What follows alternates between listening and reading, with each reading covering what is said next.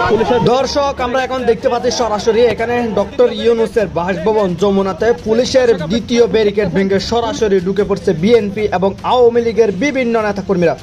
আপনারা এখানে সরাসরি দেখতে পাচ্ছেন ডক্টর ইউনূসের বাসভবন। কোনো ভোটের দরকার নাই, 5 বছর ইউনূস সরকার থাকবে, কিসের ভোট? ভোট হবে না কোনো দেশে। সরকার আসলে সবকিছু নিয়ন্ত্রণে থাকবো, তবে সরকার থাক, 5 বছর থাক। নির্বাচন দেওয়া, নির্বাচিত সরকার আইলে মানুষ আগের মতো সবাই। নির্বাচনের রোডম্যাপ নিয়ে প্রধান উপদেষ্টার সঙ্গে আলোচনায় বিএনপি মোটেও সন্তুষ্ট নয় বলে মন্তব্য করেছেন দলটির মহাসচিব মির্জা ফখরুল ইসলাম আলমগীর।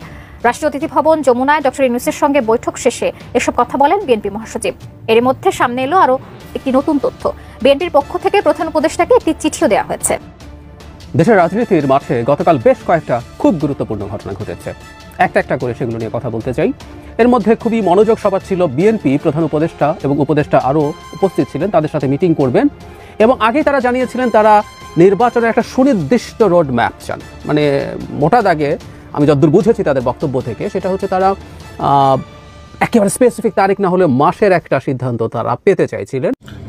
বাংলাদেশ আওয়ামী লীগ যখন ক্ষমতায় ছিল, মাঝে মাঝে আমি বিএনপিকে এই ধরনের নসিহত করতাম বা দিতাম যে ভাই দেখেন, আপনারা এই যে একটা অবস্থানে আছেন, এই অবস্থানে থেকে এই ধরনের কর্মকাণ্ড করলে আপনাদের কপালে আরো দীর্ঘমেয়াদী শনি বা দুর্দশা লাগা ছাড়া কোনো কিছু হবে না। আজকে যেই সংগঠনটাকে সরকার নিষিদ্ধ করে দিছে, রাষ্ট্র কর্তৃক নিষিদ্ধ হয়েছে ছাত্রলীগ, আওয়ামী লীগের রাঘব বলরা পলাতক, শেখ হাসিনা পলাতক, মামলা হচ্ছে, অনেক ভালো ভালো মানুষও কিন্তু ভুয়া কিছু মামলা খেয়ে ফেলতেছে, যদিও এগুলো নিয়ে কাউন্টার হবে, প্রটেস্ট হবে। একটা অস্থির অবস্থান, সরকারের ডেভিল হান্ট। ডক্টর মোহাম্মদ ইউনূসের জন্য একটা সুখবর। টাইম সাময়িকীর প্রভাবশালী 100 ব্যক্তির তালিকায় স্থান পেয়েছেন অধ্যাপক ইউনূস। জানি না যদি বাংলাদেশের প্রধানমন্ত্রী হিসেবে শেখ হাসিনা থাকতেন, তিনি থাকতেন কি থাকতেন না এটা বলা যায় না। তবে এই খবরগুলো নিঃসন্দেহে শেখ হাসিনার জন্য অত্যন্ত বেদনাদায়ক এবং খুবই তাদেরকে মর্মাহত করবে। দিল্লিতে বসে বসে তিনি মনোবেদনায় ভুগছেন। আসসালামু আলাইকুম রহমতুল্লাহ, সবাই কেমন আছেন? আশা করি সবাই অনেক অনেক ভালো এবং সুস্থ আছেন। সবাইকে স্বাগতম জানাচ্ছি আমাদের আরেক নতুন ভিডিওতে। প্রতিদিনের মতো আমি আপনাদের সিরাত ফারুকী আবারও চলে আসলাম নতুন একটা ভিডিও নিয়ে। দর্শক, আপনারা ইতিমধ্যে ভিডিওর শুরুতে বেশ কিছু অংশ বিশেষ দেখে বুঝতে পেরেছেন আজকের ভিডিওটা কতটা গুরুত্বপূর্ণ হতে চলেছে। বর্তমানে সারা দেশে যে রাজনীতির পরিস্থিতি চলতেছে তারই ধারাবাহিকতায় আজকের ভিডিওটা। তো দর্শক, আর বেশি কথা না বলে আমরা ভিডিওর বাকি অংশগুলো একটু বিস্তারিত দেখে আসবো। তার আগে আপনাকে ছোট্ট একটি অনুরোধ জানিয়ে রাখতে চাই, যারা আমাদের এই চ্যানেলটিতে এখন নতুন আছেন দরকার আমাদের চ্যানেল সাবস্ক্রাইব করে সাথে থাকবেন, যাতে পরবর্তী কোনো ভিডিও আপলোড দেওয়ার সাথে সাথে আপনার কাছে নোটিফিকেশন পৌঁছে যায়। দর্শক, আর বেশি কথা না বলে আমরা ধারাবাহিকভাবে একটি ভিডিওটা দেখে আসবো। সবাইকে অনুরোধ করবো, ভিডিওটা একটু লম্বা হবে কিন্তু ভিডিওটা অনেক তথ্য, গুরুত্বপূর্ণ তথ্য জানতে পারবেন। আর বেশি কথা না বলে ধারাবাহিকভাবে একটু ভিডিওটা বিস্তারিত দেখে আসবো। নির্বাচনের রোডম্যাপ নিয়ে প্রধান উপদেষ্টার সঙ্গে আলোচনায় বিএনপি মোটেও সন্তুষ্ট নয় বলে মন্তব্য করেছেন দলটির মহাসচিব মির্জা ফখরুল ইসলাম আলমগীর। রাষ্ট্রীয় অতিথি ভবন যমুনায় ডক্টর ইউনূসের সঙ্গে বৈঠক শেষে এসব কথা বলেন বিএনপি মহাসচিব। এর মধ্যে সামনে এলো আরও একটি নতুন তথ্য। বিএনপির পক্ষ থেকে প্রধান উপদেষ্টাকে একটি চিঠিও দেওয়া হয়েছে। কি আছে তাতে জানাচ্ছেন সহকর্মী শাহাদাত রিফাত। জাতীয় স্থায়ী কমিটির সদস্যবৃন্দ যথাক্রমে প্রধান উপদেষ্টার সাথে প্রায় 2 ঘন্টার বৈঠক শেষে রাষ্ট্রীয় অতিথি ভবন যমুনার সামনে বিএনপির প্রতিনিধি দল। সেখানে উপস্থিত সাংবাদিকদের বিএনপির পক্ষ থেকে ব্রিফ করেন দলটির মহাসচিব মির্জা ফখরুল। প্রধান উপদেষ্টার সঙ্গে দেখা করে তাকে আমাদের নির্বাচন ইস্যু নিয়ে এই আলোচনা সমালোচনার মাঝেই জানা গেল আরও একটি খবর। বুধবারের বৈঠকে দেশের চলমান রাজনৈতিক পরিস্থিতিতে অন্তর্বর্তী সরকারের প্রধান উপদেষ্টা ডক্টর মোহাম্মদ ইউনূসকে একটি চিঠিও দিয়েছে বিএনপি।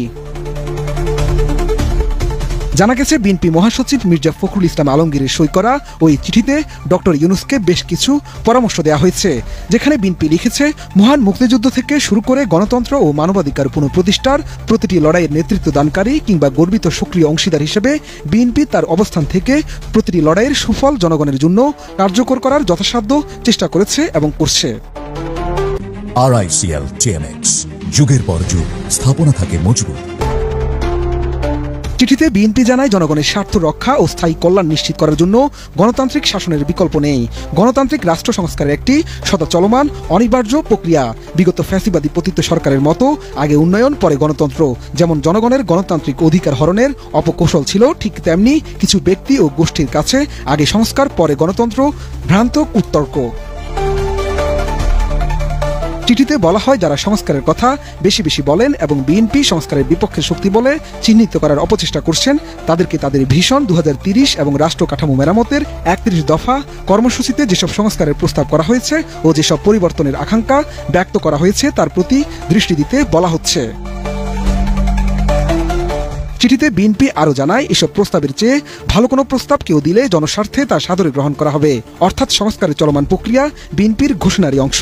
বিএনপি মনে করে যে সব পরিবর্তনই সংস্কার নয়, সংস্কারের উদ্দেশ্য ইতিবাচক ও গঠনমূলক পরিবর্তন। যেটা আমরা বেশ কিছু কাল থেকে বলে আসছি সেই বিষয়ে তাদের সঙ্গে কথা বলেছি। সময় ক্ষেপণ করে জনগণকে তাদের ভোটাধিকার তথা রাষ্ট্রের মালিকানা প্রতিষ্ঠার অধিকার থেকে বঞ্চিত রাখার কৌশলকে বিএনপি সমর্থন করে না দাবি করে চিঠিতে বিএনপি জানায় সংস্কারে তারা বেশ কিছু পরামর্শ দিলেও এ বিষয়ে সরকারের অবস্থান তাদের জানানো হয়নি। পতিত সরকারের অপশাসনের দোসর ও সুবিধাভোগীদের দিয়েই রাষ্ট্র পরিচালনা করা হচ্ছে অভিযোগ তুলে চিঠিতে আরও বলা হয় রাষ্ট্রের প্রধান নির্বাহী ও তার সরকারের বক্তব্য ও মতামতের সমন্বয় অত্যন্ত গুরুত্বপূর্ণ। সম্প্রতি এর কিছু ব্যতিক্রম তাদের উদ্বিগ্ন করছে। চিঠিতে বিএনপি বলছে তারা প্রধান উপদেষ্টাকে সমর্থন জানিয়েছেন এবং তার উপরেই আস্থা রাখতে চান, কিন্তু সরকারের কিছু ব্যক্তি এবং সমর্থনকারী বলে দাবিদার কতিপয় ব্যক্তি ও সংগঠনের প্রকাশ্য বক্তব্য ও অবস্থান জনমনে বিভ্রান্তি সৃষ্টি করছে। ডিসেম্বরের মধ্যে নির্বাচন অনুষ্ঠানের লক্ষ্যে অবিলম্বে সুনির্দিষ্ট নির্বাচনী রোডম্যাপ ঘোষণার দাবি করে চিঠিতে আরও বলা হয় একটি অবাধ, সুষ্ঠু ও নিরপেক্ষ জাতীয় সংসদ নির্বাচনের জন্য যেসব আইন বিধান সংস্কারে এবং সংশ্লিষ্ট প্রতিষ্ঠানসমূহে যেসব পরিবর্তন জরুরি তা সম্পূর্ণ করার মাধ্যমে আগামী ডিসেম্বরের মধ্যে জাতীয় সংসদ নির্বাচন সম্ভব বলে মনে করে বিএনপি। প্রধান উপদেষ্টার সঙ্গে এই বৈঠকে বিএনপির প্রতিনিধি দলে আরও ছিলেন বিএনপির স্থায়ী কমিটির সদস্য ব্যারিস্টার জমির উদ্দিন সরকার, মির্জা আব্বাস, নজরুল ইসলাম খান, আমির খসরু মাহমুদ চৌধুরী, সালাউদ্দিন আহমেদ ও ইকবাল হাসান মাহমুদ টুকু। শাহাদাত রিফাত, এটিএন নিউজ। দেশের রাজনীতির মাঠে গতকাল বেশ কয়েকটা খুব গুরুত্বপূর্ণ ঘটনা ঘটেছে। একটা করে সেগুলো নিয়ে কথা বলতে চাই। এর মধ্যে খুবই মনোযোগ সভা ছিল বিএনপি প্রধান উপদেষ্টা এবং উপদেষ্টা আরও উপস্থিত ছিলেন, তাদের সাথে মিটিং করবেন এবং আগেই তারা জানিয়েছিলেন তারা নির্বাচনের একটা সুনির্দিষ্ট রোড ম্যাপ চান। মানে মোটা দাগে আমি যতদূর বুঝেছি তাদের বক্তব্য থেকে সেটা হচ্ছে তারা একেবারে স্পেসিফিক তারিখ না হলে মাসের একটা সিদ্ধান্ত তারা পেতে চাইছিলেন এবং তাদের যেটা নির্ধারিত মাস সেটা হচ্ছে এই বছরের ডিসেম্বর সর্বশেষ, এর আগে হতে পারে কিন্তু এরপরে যাতে নির্বাচন না যায়। গতকাল তারা দেখা করেছেন এবং বের হয়ে এসে যে বক্তব্য দিয়েছেন সেটা নিয়েই নানান জল্পনা কল্পনা শুরু হয়েছে যে বিএনপি এবার কী করবে। বক্তব্যটা আমরা নিশ্চয়ই খেয়াল করেছি এবং জনাব মির্জা ফখরুল ইসলাম আলমগীরের ব্রিফিংয়ের এই বাক্যটাই সবচেয়ে বেশি ব্যবহৃত হয়েছে। তিনি বলেছেন আমরা একেবারেই সন্তুষ্ট নই, বেশ বিরক্তি আছে, অসন্তুষ্টি আছে, কোনো সন্দেহ নেই। এটা দেখে অনেকেরই মনে হলো তাহলে কি সরকারের সাথে বিএনপির নির্বাচন বিষয়ে একটা সংঘাত শুরু হয়ে যাচ্ছে? এই প্রশ্নটারই জবাব খোঁজার চেষ্টা করব। তার আগে আরেকটা কথা একটু বলে রাখা ভালো, ইনফ্যাক্ট আমরা আরেকটা ভার্সন পেয়েছি ওই মিটিংয়ে কী হয়েছে সেটা নিয়ে। সেটা হচ্ছে উপদেষ্টা ডক্টর আসিফ নজরুল তিনিও ব্রিফিং করেছেন সরকারের পক্ষ থেকে, সেখানে কী কী আলাপ হয়েছে সেগুলো নিয়ে তিনি জানিয়েছেন এবং এরপরে সাংবাদিকদের প্রশ্নের জবাবেও আরও বেশ কিছু তথ্য আমরা পেয়েছি। বিএনপি তাদের বিভিন্ন ক্ষেত্রে সমস্যার কথা জানিয়েছে, বিভিন্ন ক্ষেত্রে সরকারের ভুলভ্রান্তির কথা জানিয়েছে। নির্বাচনের পয়েন্টে ডক্টর আসিফ নজরুল যেটা বলেছেন সেটা হচ্ছে বিএনপি সরকারের মধ্যে থাকা উপদেষ্টা এবং অন্য কিছু মানুষের কিছু মন্তব্যকে মিসলিডিং বলছে, যেটা এক ধরনের সংশয় তৈরি করছে। ডক্টর আসিফ নজরুল বলছেন যে প্রধান উপদেষ্টার বক্তব্যের বাইরে আসলে আর কোনো কিছুকে যেন গুরুত্ব দেওয়া না হয়, তিনি যা বলবেন সেটাই সর্বশেষ এবং আমরা একমত যে প্রধান উপদেষ্টা তার এই স্পেসিফিক জায়গা থেকে সরে আসেনি। ইনফ্যাক্ট বিএনপিকেও ঠিক একই কথাই গতকাল বলা হয়েছে, এই বছরের ডিসেম্বর থেকে আগামী বছর জুনের মধ্যে নির্বাচন হবে, এই জায়গায় সরেনি। তবে আমি সরকারকে একটা কথা বলতে চাই ডক্টর আসিফ নজরুলের মাধ্যমে, সেটা হচ্ছে প্রধান উপদেষ্টা যাই বলুন না কেন, সরকারের উপদেষ্টা বা গুরুত্বপূর্ণ পদে থাকা কোনো মানুষ যদি 5 বছর ক্ষমতায় থেকে যেতে হবে, সরকার নির্বাচিত, এই ধরনের আলাপ সামনে আনেন, সেটা কনফিউশন তৈরি করবেই। বিএনপিকে যতই প্রবোধ দেওয়া হোক না কেন বা অন্যদেরকে যতই প্রবোধ দেওয়া হোক না কেন যে প্রধান উপদেষ্টা তো বলেননি, তাতে আসলে এটা চলবে না। আমার মনে হয় সরকারের মধ্যে এই সমন্বয়টা করা দরকার যে তারা এই ধরনের বক্তব্য হালকা ঢঙেও দেবেন না, যেহেতু রাজনীতির মাঠে নির্বাচন কবে হবে, এই সরকার কতদিন থাকবে, এই রকম একটা প্রোপাগ্যান্ডা ছড়িয়ে পড়ছে, সেই প্রেক্ষাপটে বলছি। যাই হোক, প্রশ্ন হচ্ছে নির্বাচন তাহলে কি দাঁড়াচ্ছে? বিএনপি একেবারেই সন্তুষ্ট না। এখন প্রশ্ন হচ্ছে ডিসেম্বরের পর নির্বাচন কবে আসলে হতে পারে, যদি পরেও হয়। জুন মাস হচ্ছে সর্বশেষ সময়, জুন মাস তীব্র গরমের সময়, বাংলাদেশের ট্রেডিশন অনুযায়ী আমাদের নির্বাচনটা শীতকালে হয়, এটার কারণ আছে। শীতকালে বৃষ্টি হয় না, গরম যখন থাকে সেই সময়ের মধ্যে ভালো ক্যাম্পেইন করা যায় না। তো শীতকালে হলে সেই শীতের মধ্যে ভালো ক্যাম্পেইন করা যায়, মানুষের স্ট্যামিনা থাকে। নির্বাচনের ক্যাম্পেইন, নির্বাচনে যাওয়া, নির্বাচনে ভোট দিতে যাওয়া প্রত্যেকটাই যথেষ্ট ফিটনেসের ব্যাপার, শ্রমসাধ্য কাজ। সুতরাং জুন মাসে, মে মাসে তীব্র গরম থাকে এবং হঠাৎ হঠাৎ বৃষ্টি হয়। সো ইলেকশনের যে ক্যাম্পেইনের সময়টা, সেই সময়টা মে জুন মোটেও উপযুক্ত সময় নেই। যে এপ্রিলে আজ সারাদিন যে অবস্থা গেল, গতকাল সারাদিন যে অবস্থা গেল বৃষ্টি দিয়ে, সো এরকম ঘটনা ঘটে যেতে পারে। সুতরাং এই মাসগুলো খুব উপযোগী না। যদিও জুন মাসে একবার নির্বাচনের সাম্প্রতিক ইতিহাসই আছে, সেটা হচ্ছে 96 সালে বাংলাদেশে দুটো সংসদ নির্বাচন হয়েছিল, একটা 15ই ফেব্রুয়ারি, আরেকটা তত্ত্বাবধায়ক সরকারের অধীনে, সেটা জুন মাসে হয়েছিল। কারণ 3 মাসের মধ্যে নির্বাচনের বাধ্যবাধকতা থাকে, সেই কারণে এটা হয়েছিল। সো জুনের নির্বাচনের ইতিহাস থাকলেও এটা আসলে সঠিক মাস না। ঠিক একইভাবে মে মাস, এপ্রিল এগুলো খুব উপযোগী না। এদিকে আবার রমজান আছে সম্ভবত ফেব্রুয়ারির 3rd উইকে। সো নির্বাচন পিছিয়ে ফেব্রুয়ারির মাঝামাঝি পর্যন্ত যাওয়ার সুযোগ আছে। আবার কেউ বলতে পারেন যে শিডিউলটা আগে করে দিল, প্রসেসগুলো চললো। আমরা জানি শিডিউল ঘোষণা করার পর একটা সময় নানান রকম মনোনয়নপত্র জমা, বাছাই ইত্যাদি ইত্যাদি চলে, এবং ক্যাম্পেইনের একটা সময় থাকে, সেটা 2 সপ্তাহ বা 3 সপ্তাহ। সেটা গিয়ে রমজানের ঈদের পর হলে, রমজানের ঈদ এবং কোরবানির ঈদের এই মাঝের সময়টাও নির্বাচন হয়ে যেতে পারে, শিডিউল যদি রমজানের আগে ঘোষণা করে। সেই ক্ষেত্রে কেউ হিসাব করে মার্চের শেষে বা এপ্রিলেও, ক্যাম্পেইনের সময় যদি দিই, এপ্রিলের মাঝামাঝিও নির্বাচন হতে পারে, সেটাই সর্বশেষ সময়, এরকম হতে পারে। এরপর মে জুন আসলে একেবারেই উপযোগী কোনো সময় নির্বাচনের জন্য না। কিন্তু মোদ্দা কথা যেটা দাঁড়াচ্ছে, আসলে সবচেয়ে উপযোগী সময়টা হচ্ছে আগামী ফেব্রুয়ারির মাঝামাঝি। আমি ব্যক্তিগতভাবে ধারণা করি সরকার নির্বাচন ওর মধ্যেই করে ফেলবে। ডিসেম্বরে বাই এনি চান্স যদি নাও হয়, আর একটু সময় যদি লাগে, এবং বেশি সংস্কার হলে কেন সময় লাগতে পারে তার এক ধরনের ব্যাখ্যা ডক্টর আসিফ নজরুল দিয়েছেন। সেটা হলো, যখন আইন তৈরি করা হয় সেটা নানান রকম স্টেক হোল্ডারদের সাথে আলোচনায় সময় ক্ষেপণ হয়, সময় যায়, তারা তাদের ডিজিটাল সিকিউরিটি অ্যাক্টের অ্যামেন্ডমেন্টের উদাহরণ তিনি দিয়েছেন। কিন্তু এই ব্যাপারে আমার একটা বক্তব্য আছে, সেটা নিয়ে আমি একটা আলাদা ভিডিও করব। যাই হোক, তো যদি একটু সময় বেশি লেগেও যায়, ফেব্রুয়ারি 15 মধ্যে বাংলাদেশে ইলেকশন সরকার প্রধান উপদেষ্টা করে ফেলতে চাইবেন। এর মধ্যে যদি কিন্তু নেই তা না, সেটাই আসবো। সো বিএনপি ডিসেম্বরের আলাপটা করে সরকারের সাথে খুব মেজর সংঘাতে যাবে বলে আমার মনে হয় না। কিন্তু বিএনপি এই রেটরিকটা আসলে মাঠে রাখবে, এই আলাপটা মাঠে রাখবে, শুধু তা না, তারা মাঠে প্রেজেন্সও রাখবে বলে আমি ধারণা করি। এদিকে ডক্টর আসিফ নজরুলের বয়ান অনুযায়ী তিনি তার যখন ব্রিফিং করছেন, সেখানে বলেছেন তার কাছে মনে হয়েছে তাদের এই আলোচনার পর তারা কনভিন্সড, বিএনপি কনভিন্সড, সরকারের কাছ থেকে তারা সব কিছু জবাব পেয়েছেন এবং নির্বাচন সহ সব কিছুতে তিনি যদি সঠিক হন, বিএনপি এসে সামনে ব্যাপারগুলো একটু ডিফারেন্টভাবে প্রেজেন্ট করেছে। রাজনীতিতে আসলে রেটরিক ইউজড হয়, কখনো কখনো কোনো রাজনৈতিক দল কোনো ইস্যুতে যা ফিল করে হুবহু সেটা বলে, কখনো কখনো যা ফিল করে সেটাকে এক্সিজারেট করে বলে, কখনো কখনো যা ফিল করে সেটাকে ডাউনটোন করে, কমিয়ে বলে। এগুলো থাকে, এগুলো সারা পৃথিবীর রাজনীতিতে এরকম। রাজনীতি খুবই ডেলিকেট, খুবই টাফ একটা কাজ, সুতরাং এগুলো হতে পারে। সুতরাং বিএনপি যেভাবে প্রেজেন্ট করেছে, আমি ব্যক্তিগতভাবে মনে করি না যে তারা অতটা অসন্তুষ্ট। বিএনপি নির্বাচন যে ডিসেম্বরে না হলেই প্রলয় ঘটে যাবে তা মনে করে বলেও মনে করি না। ধরলাম যে নির্বাচন যদি শেষ পর্যন্ত গিয়ে ফেব্রুয়ারির মিডেও দাঁড়ায়, সর্বশেষ সময়, যেটা আমার কাছে মনে হয়, এতেও খুব বেশি আপত্তি বিএনপি থাকবে বলে মনে হয় না। আর যদি সেটা এপ্রিলেও গিয়ে যায়, আর রমজানের ঈদের পর, সেটাও বিএনপির সাথে নেগোশিয়েট করে যে ম্যানেজেবল না, আমার কাছে তাও মনে হয় না। কিন্তু বিএনপি ডিসেম্বরের এই আলাপটা মাঠে রাখছে, এবং আমার কাছে এই আলাপটা মাঠে রাখা দরকার বলে মনে করি। শুধু আলাপ না, তারা মাঠে তাদের সংখ্যার শক্তি, তাদের জনশক্তিও দেখাবে বলে আমি মনে করি। এর কারণটা হচ্ছে কোনো ক্রমেই যাতে নির্বাচনটা এরপর চলে না যায়।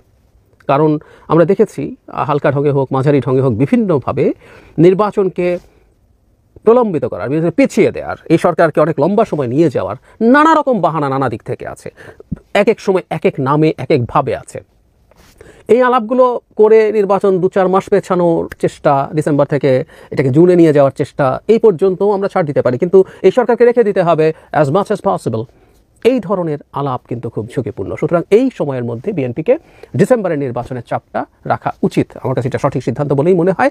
এবং যেহেতু তারা তাদের সন্তুষ্টি প্রকাশ করেননি, আমি ধারণা করি তারা মাঠে নামবেন। মাঠে নামা বলতে আমি এটা বলছি না যে তারা কোনো বিরাট আন্দোলন করে চাপ তৈরির চেষ্টা করবেন। তারা সম্ভবত জনসভা করবেন বিভিন্ন জায়গায়। তাদের সংখ্যার যে শক্তি আছে, গণতন্ত্রে সংখ্যার শক্তি ম্যাটার করে, গণতন্ত্রে ন্যারেটিভ ম্যাটার করে, যেমন ঠিক একইভাবে দিনের শেষে এটা সংখ্যার শক্তিতে কনভার্টেড হতে হয়। সেটা বিএনপির যেহেতু আছে এবং সবচেয়ে বেশি আছে, তারা সম্ভবত বিভিন্ন সময় এই ধরনের সমাবেশ করবেন, সমাবেশ করে নির্বাচনের দাবিটা মাঠে জারি রাখবেন। আমার কাছে এটা সঠিক বলে মনে হয়। এটা একটা ডেটারেন্ট হিসাবে কাজ করবে, কারণ কেউ আছেন এই সরকারের আশপাশে থেকে, পেছনে থেকে এই সরকারের ডিফ্যাক্টো সরকার হয়ে ওঠার চেষ্টায় আছেন, অনেক ক্ষেত্রে তারা সেই রকম রোল প্লেও করছেন। তাদের এই শয়তানি, তাদের এই ধরনের কুপরিকল্পনার ক্ষেত্রে ডেটারেন্ট হিসেবে বিএনপির এই ডিসেম্বরে নির্বাচন এবং তাদের আলাপ এবং মাঠে থাকা কাজ করতে পারে। আমি মনে করি তারা এটা করলে ভালোই করবেন। আমাদের একটা জিনিস মনে রাখা দরকার, বিএনপির রাজনৈতিক দল হিসেবে নানা রকম সমালোচনা আছে। একটা বুর্জোয়া দল শেখ হাসিনার পতনের পর যা যা করছেন প্রচুর সমালোচনার জায়গা আছে, কিন্তু আমাদের একটা কথা ভুলে গেলে চলবে না, বাংলাদেশের ডেমোক্রেটিক ট্রান্সফরমেশনের ক্ষেত্রে বিএনপির অত্যন্ত গুরুত্বপূর্ণ একটা রোল আছে। সেই রোলটা বিএনপিকে পালন করা দরকার এবং এটা আমাদের জাতির জন্যই প্রয়োজন। বিএনপি শেখ হাসিনার সময়ও, আমি এটা একটা বিস্তারিত ভিডিও করেছিলাম, শেখ হাসিনা পতনের পরপর খুবই গুরুত্বপূর্ণ রোল প্লে করেছে। এই দলটা যদি না থাকতো, আজকে নানান সমালোচনা তাদের বিরুদ্ধে আমরা করছি, ভ্যালিডও অনেক ক্ষেত্রেই, কিন্তু এই দলটা যদি ক্রমাগত শেখ হাসিনাকে চ্যালেঞ্জ না করে যেত, শেখ হাসিনা এরকম টায়ারেন্ট হয়ে উঠতেন না। শেখ হাসিনা তখন স্মুথলি একটা নর্থ কোরিয়া বানিয়ে ফেলতেন বাংলাদেশকে, নিজের পক্ষে একটা কম্বোডিয়া বানিয়ে ফেলতেন। হুন সেন যেটা করতে পেরেছিলেন, কারণ তার বিরোধী দল তাকে ক্রমাগত চ্যালেঞ্জ করে যায়নি, কিন্তু বিএনপি এটা করে গেছে, তার মাসুল সে সিরিয়াসলি দিয়েছে, কিন্তু দিনের শেষে এটা আমাদের জাতির আশার যে জায়গাটা সেটাকে রক্ষা করে গিয়েছিল। একইভাবে আমি মনে করি আবারও বাংলাদেশের গণতন্ত্র নিয়ে কেউ কেউ খেলতে চান নানান বাহানায়, নানান আলাপে, সেখানে বিএনপির এই রোল প্লে করার সুযোগ আছে, বা আমি মনে করি উচিত তাদের এই রোল প্লে করা। নানান সমালোচনা হতে পারে, নির্বাচন করে লুটেরারা ক্ষমতায় আসে, নির্বাচন করে শেখ হাসিনা 15 বছর খেয়েছে, এখন আরেক দল 15 বছর খেতে চায়। গুরুত্বপূর্ণ ইন্টেলেকচুয়ালরা এই ধরনের ফালতু কথা, গুরুত্বপূর্ণ হলেও ফালতু কথা বলতে পারে, মানুষ বলছেন, গণতন্ত্রের আলাপ করছেন, আবার তার মধ্যে এই আলাপগুলো আনছেন, সব কিছু সরিয়ে রেখে তাকে আসলে মাঠে থাকাটা আমাদের গণতন্ত্রের স্বার্থেই কাজে লাগবে। বটম লাইন হচ্ছে, আমি নির্বাচনকে ঘিরে সরকারের সাথে আপাতত কোনো বড় সংঘাত দেখছি না বিএনপির। আমরা চাই না কোনো সংঘাত হোক, কিন্তু খেলোয়াড়রা আছে, তারা নানাভাবে খেলে যেতে পারেন। এনসিপির রিসেন্ট একই দিনে ঘটা একটা ঘটনা, এনসিপির কিছু মন্তব্য নিয়ে মনে হয় কোনো না কোনো দিক থেকে নতুন কোনো খেলা এই মাঠে এসে হাজির হচ্ছে, সেটা নিয়েও কথা বলতে চাই। কিন্তু আমরা for the time being at least এই আশা রাখি যে সরকারের সাথে নির্বাচন নিয়ে বিএনপির মেজর কোনো সংঘাত হবে না, কারোই সংঘাত হবে না। এই সংঘাত হওয়াটা আমাদের কারোর জন্যই কল্যাণকর হবে না। এটা জামাতের সাথে হোক, এনসিপির সাথে হোক, আর কোনো দলের সাথে হোক, এটা হবে না, আমরা এটাই এক্সপেক্ট করি। বাংলাদেশ আওয়ামী লীগ যখন ক্ষমতায় ছিল, মাঝে মাঝে আমি বিএনপিকে এই ধরনের নসিহত করতাম বা দিতাম যে ভাই দেখেন, আপনারা এই যে একটা অবস্থানে আছেন, এই অবস্থানে থেকে এই ধরনের কর্মকাণ্ড করলে আপনাদের কপালে আরো দীর্ঘমেয়াদী শনি বা দুর্দশা লাগা ছাড়া কোনো কিছু হবে না। আজকে যেই সংগঠনটাকে সরকার নিষিদ্ধ করে দিছে, রাষ্ট্র কর্তৃক নিষিদ্ধ হয়েছে ছাত্রলীগ, আওয়ামী লীগের রাঘব বোয়ালরা পলাতক, শেখ হাসিনা পলাতক, মামলা হচ্ছে, অনেক ভালো ভালো মানুষও কিন্তু ভুয়া কিছু মামলা খেয়ে ফেলতেছে, যদিও এগুলো নিয়ে কাউন্টার হবে, প্রটেস্ট হবে। একটা অস্থির অবস্থান, সরকারের ডেভিল হান্ট অপারেশন চলছে, যৌথ বাহিনীর অনেক অভিযান চলছে, নামে বেনামে সবাইকে ধরার জন্য তালিকা করা হচ্ছে, তলে তলে অনেক কিছু ঘটছে, এটা আপনারা জানেন যারা একদম রুট লেভেলে আছেন। এই অবস্থার মধ্যেও ছাত্রলীগের কলিজাটা কয় হাত ভাই, আমার কাছে মনে হয় যে শোধরাবে না। এখন দেখেন ঘটনা কি, যেই ঘটনা ঘটছে, এরকম ঘটনা ঘটতে থাকলে শেখ হাসিনা বাংলাদেশে আসবে, আওয়ামী লীগের যারা একটু স্বপ্ন দেখছেন, প্রিপারেশন নিচ্ছেন, ভাই সেই আশায় পানি, মনে হয় না আসবেন। কেন? এরকম হইলে রশিটা আরো শক্ত হয়ে যাবে। সিলেটে নিষিদ্ধ ছাত্রলীগের 2 গ্রুপের সামান্য কথা কাটাকাটির জেরে এক যুবককে এরা মাইরেই ফেলছে। ঘটনার প্রেক্ষাপট কি? যে মারা গেছে তার নাম হচ্ছে তুষার আহমেদ চৌধুরী। রাত 10টায়, গতকালকে রাত 10টায় নগরীর শাহী ঈদগাহ ভ্যালি সিটি আবাসিক এলাকা সংলগ্ন দলদলি চা বাগান এলাকায় এই ন্যাক্কারজনক ঘটনাটি ঘটেছে। নিহত তুষার আহমেদ চৌধুরী নগরীর রায়নগর বসুন্ধরা আবাসিক এলাকার অ্যাডভোকেট সাজেদ আহমদ চৌধুরীর ছেলে এবং ছাত্রলীগের কর্মী ছিলেন। তিনি আত্মগোপনে থাকা সিলেট মহানগর আওয়ামী লীগের যুগ্ম সাধারণ সম্পাদক বিধান কুমার সাহার সক্রিয় সদস্য ছিলেন বলে জানা যায়। বিধান দাদার গ্রুপ সিলেটে খুবই বড় একটা গ্রুপ ছিল। জানা যায় হত্যাকাণ্ডের 2 ঘন্টার মাথায় জাবেদ আহমদ নামে এক যুবককে আটক করেছে পুলিশ। আর স্থানীয়দের বক্তব্য যে দলদলি চা বাগান এলাকায় ছাত্রলীগের 2টা গ্রুপ এখানে এসে আড্ডা ফাড্ডা দিত বা তারা এখানে এসে সময় কাটাতো সামহাউ। আচ্ছা, এখানে সামান্য কথা কাটাকাটির জেরে তুষারকে ছুরিকাঘাত করে আপনার তার সাথে সতীর্থরা। এই সময় চা বাগানের শ্রমিকরা বাঁচাও বাঁচাও চিৎকার শুনে এসে রক্তাক্ত অবস্থায় তুষারকে উদ্ধার করে সিলেট ওসমানী মেডিকেল কলেজ হাসপাতালে নিয়ে যান। আর সেখানে নিয়ে গেলে ডাক্তার তাকে মৃত ঘোষণা করেন। আর এই ঘটনায় যাকে আটক করা হয়েছে তাকেও ছাত্রলীগের কর্মী হিসাবেই কেউ কেউ বলছেন কমেন্টে, আবার কেউ কেউ বলছেন না দুর্বৃত্ত, কেউ কেউ বলছেন তারই বন্ধু বান্ধব, এর বাইরে অন্য কেউ না। এখন এই যদি অবস্থা হয়, এমনি অটো মামলা খাচ্ছিল, এবার আসেন বিএনপির সময় এরকম কিছু ঘটনা হইতো, কমিটি নিয়ে কোন্দল লাগে তারা তৎকালীন প্রেক্ষাপটে মারামারি করতো, একজন আরেকজনের মার্ডারও করতো, আবার আপনার কি বলো যে মামলা দিত। যখন বিএনপি শুনলেই মামলা হয়ে যেত, তখন আবার বিএনপির মামলা দিত। এখন এই যে ছাত্রলীগের যে কোনো একজন নেতারে আরেকজন নেতা মাইরা ফেললো, মামলা কার বিরুদ্ধে হবে? ছাত্রলীগের আরো বহু জনের বিরুদ্ধে হবে। বিধানের এ গ্রুপ বিধানের বি গ্রুপের মামলা দিবে। তো তোমাদের আসলে শেষ হইতে আর সরকার অন্য কোনো দলের লাগবে না, নিজেরাই এখনো পরিস্থিতিটা মনে বোঝো নাই। ক্ষমতায় থাকতো অনেকবার বুঝাইছি যে একদিন বাবা অনেক খারাপ পরিণতি হয়ে যাবে, এই পাংখা পুঙ্খা ভাঙা ফেলবে। ভাঙছে না? ভাঙার পরেও আছে কোনো পরিবর্তন? এই অবস্থা চললে সবাই বলবে ইয়েস, ছাত্রলীগকে নিষিদ্ধ করা ইউনূস সরকার খুব ভালো কাজ করছে, হাততালি দেবে, দোয়া করবে। আর শেখ হাসিনা যদি বাংলাদেশে ফিরে আসার মনস্থির করা থাকেন অথবা আসেন, তার জন্য তো এখানে বিশাল একটা ঝামেলা তৈরি হবে, অপেক্ষা করতেছে। এর মাঝখানে এরকম ঘটনা ঘটলে মনে হয় না আর কি। সাবধান হইতে হবে, সংযত হইতে হবে, মাথায় রাখতে হবে। হ্যাঁ, ভালো থাকুন। ডক্টর মোহাম্মদ ইউনূসের জন্য একটা সুখবর। টাইম সাময়িকীর প্রভাবশালী 100 ব্যক্তির তালিকায় স্থান পেয়েছেন অধ্যাপক ইউনূস। জানি না যদি বাংলাদেশের প্রধানমন্ত্রী হিসেবে শেখ হাসিনা থাকতেন, তিনি থাকতেন কি থাকতেন না এটা বলা যায় না। তবে এই খবরগুলো নিঃসন্দেহে শেখ হাসিনার জন্য অত্যন্ত বেদনাদায়ক এবং খুবই তাদেরকে মর্মাহত করবে। দিল্লিতে বসে বসে তিনি মনোবেদনায় ভুগছেন, এটা পরিষ্কার।